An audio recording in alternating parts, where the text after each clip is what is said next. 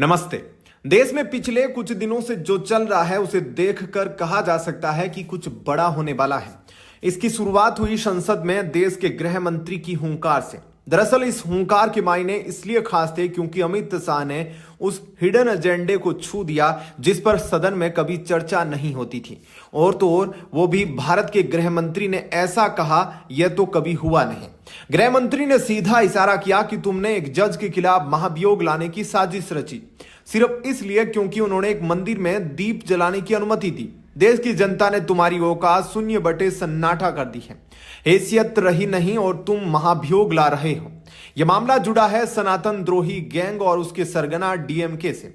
DMK सरकार ने Madras high court के एक आदेश को मानने से इनकार कर दिया था।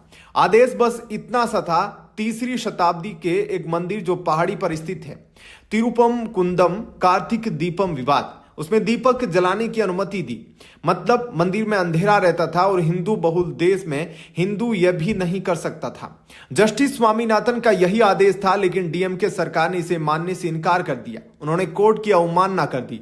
इन सबको लगा कि अब यह मामला सुप्रीम कोर्ट ले जाएंगे और उधर संसद में भी उस स्वामीनाथन के खिलाफ महाभियोग ले आएंगे तो जस्टिस स्वामीनाथन डर जाएंगे, थर थर कांपने लगेंगे। लेकिन भारत के गृह मंत्री ने जिस तरह से हंटर उठाया और इन तमाम सनातन द्रोहियों को नग्न किया, उसके बाद स्वामीनाथन की प्रतिक्रिया आई और जस्टिस स्वामीनाथन ने क्या किया, उन्होंने कहा आदेश लिखित में था, तुमने हल्के में ले लिया है।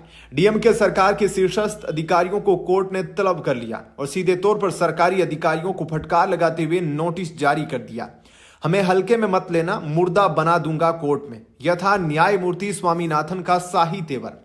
उन्होंने तमिलनाडु सरकार के मुख्य सचिव और अतिरिक्त पुलिस महानिदेशक को सीधे तलब किया, कहा 17 दिसंबर को वीडियो कॉन्फ्रेंसिंग के जरिए पेश हो जाओ, कोई बहाना मत बनाना। जस्टिस स्वामीनाथन ने कहा, मैं यहां हाथ उठाकर असहाय होकर यह कहने के लिए नहीं हूं कि हे पिता उन्हें माफ कर दो, क्योंकि वे नहीं जानते कि वे क्या कर रहे हैं। उन्होंने कहा कि वे जानते हैं कि वे क्या कर रहे हैं, यह जानबूझकर उल्लंघन है। स्वामीनाथन यही नहीं रुके, उन्होंने सीआईएसएफ की रिपोर्ट पर संज्ञान लिया। सीआईएसएफ ने कोर्ट को बताया कि मदुरै पुलिस के आयुक्त ने 200 से अधिक पुलिसकर्मियों के साथ अदालत के आदेश का पालन करने से सीआईएसएफ की टुकड़ी को रोका। हाईकोर्ट ने राज्य सरकार पर भरोसा न करते हुए वहां सीआईएसएफ लगाया था, लेकिन राज्य सरकार ने पुलिस कमिश्नर को निर्देश दिया कि दीप जलाने वालों को गिरफ्तार कर लो।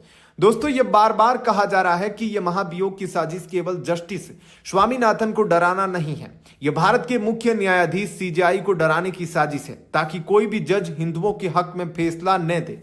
लेकिन स्वामीनाथन ने वैसा जज बनने से इनकार कर दिया जो महाभियोग के खौफ से डर जाए और सनातन द्रोही एजेंडे को लागू होने दे।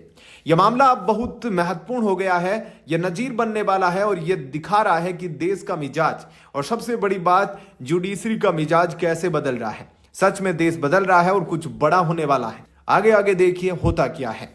आपका क्या कहना है इस पूरे मसले पर? कमेंट सेक्शन में अपनी राय जरूर दीजिएगा। धन्यवाद। जय हिंद।